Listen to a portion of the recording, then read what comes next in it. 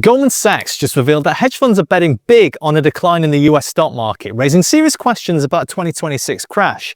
So should we sell the S&P and go global?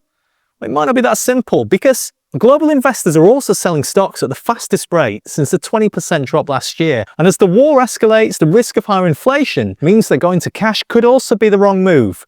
I'm James, I'm a former professional trader turned financial educator, and in this video I'm going to break down exactly what the Goldman report said, and just as importantly what it didn't say, and show you how to position your portfolio so that you're not on the wrong side of the trends that are unfolding right now. And if you watch to the end, I'll be sharing a link to the free tool I built to help you profit from this.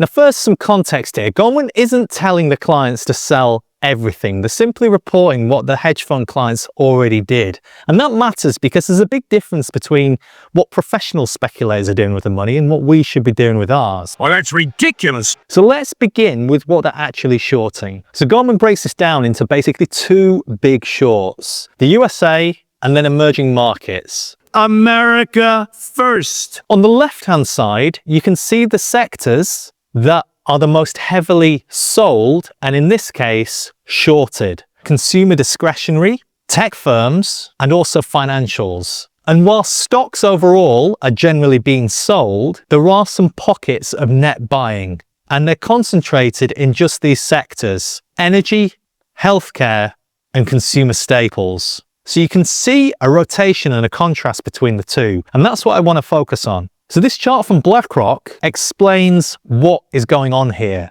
You can see the most shorted sectors in tech, consumer, and financials on the right-hand side of this chart. These are the sectors that are most sensitive to inflation. In this case, when it rises, they tend to sell off. So that explains the most sold bucket. And on the other side of that, that's where you can see the most bought sectors: energy, healthcare, and consumer staples again. So what this suggests is that they're looking to buy inflation protection. And you can see this in the performance of the sectors here on the chart a bit more easily. In green, you have energy, consumer staples, and at the bottom, you have tech and consumer discretionary. So there's a big spread between these as the longs and these as the net shorts. If you were to track a ratio of the two, let's say you play the more defensive, inflation durable consumer staples compared to the more retail-focused consumer discretionary ETF, that chart looks very similar to the next one, which in blue is the chart of inflation expectations. And you can see how interest rate expectations in white have of course followed that, because as inflation rises, there's generally a greater perceived risk of higher rates. In other words, the bank probably needs to raise interest rates. So rising rates brings us on to the second part of the two big shorts that Goldman are talking about in its report. Now this rotation tool I built, you can get access to it via the link in the description. It shows you the relative rotation from improving to leadership, moving towards lagging and ultimately underperformance relative to the global stock market. And what we can see on this particular chart are three emerging markets in particular. We have Taiwan, China, and India, and how they're positioned in different quadrants.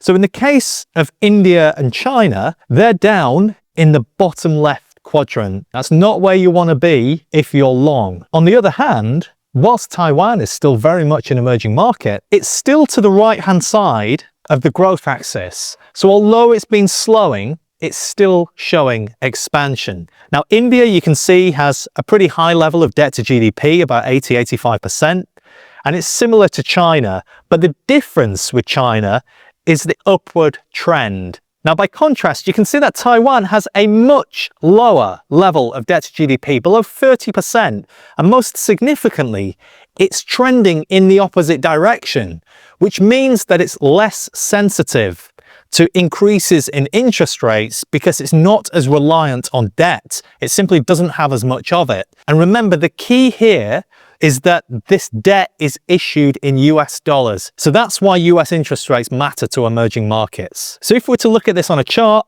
it's not a surprise to see year-to-date Taiwan at the top with a positive return about 10%, and China with a negative return of minus 10%. So once again, being selective and understanding what is driving these different trends inside of the same asset class or area of the market is absolutely key to figuring out the best position to be in. Now, this is where I want to take a step back for a minute and just look at the bigger picture, because there's a real risk that all of this that Goldman's talking about could end up being premature, and therefore it could reverse at any moment.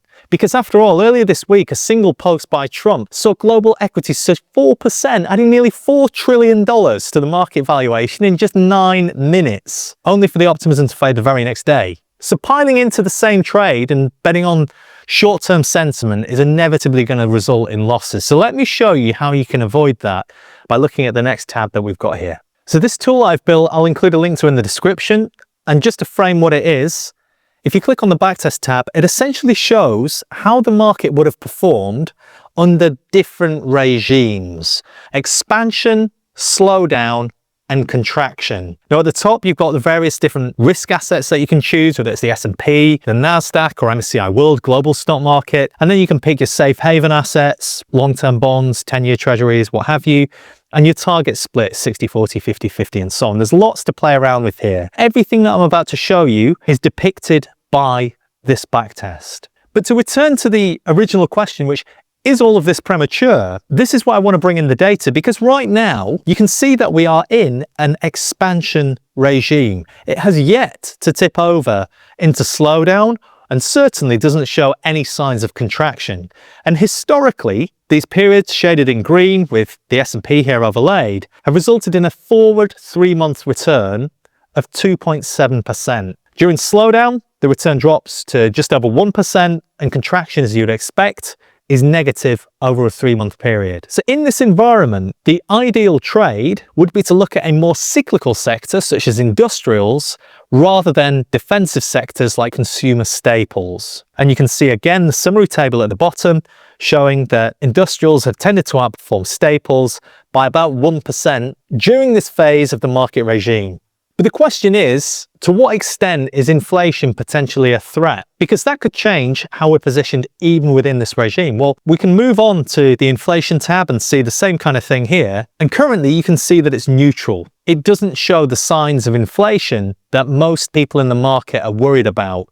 And I think that suggests more than anything that this is being short-term sentiment driven based on the headlines rather than the economic reality, at least at this stage. But what if the hedge funds are right and we are heading towards a slowdown? We just don't know it yet. Well, clicking into the slowdown quadrant here, well, you can see in the featured ratio here that we should be looking towards quality, which tends to have a more durable earnings growth compared to value, for example, which is prone to more cyclicality. And during this environment, quality has outperformed by about 0.5% over the next 3 months. Remember, this is on a relative basis compared to value, and it could still be rising an awful lot more in absolute terms if the broader market also continues to grind higher, albeit at a slower expected pace than during expansion. And there's some more ideas on the right-hand side which you can take a look through, including consumer staples, which of course was the underweight during expansion. So they might well be right after all, but the standout style here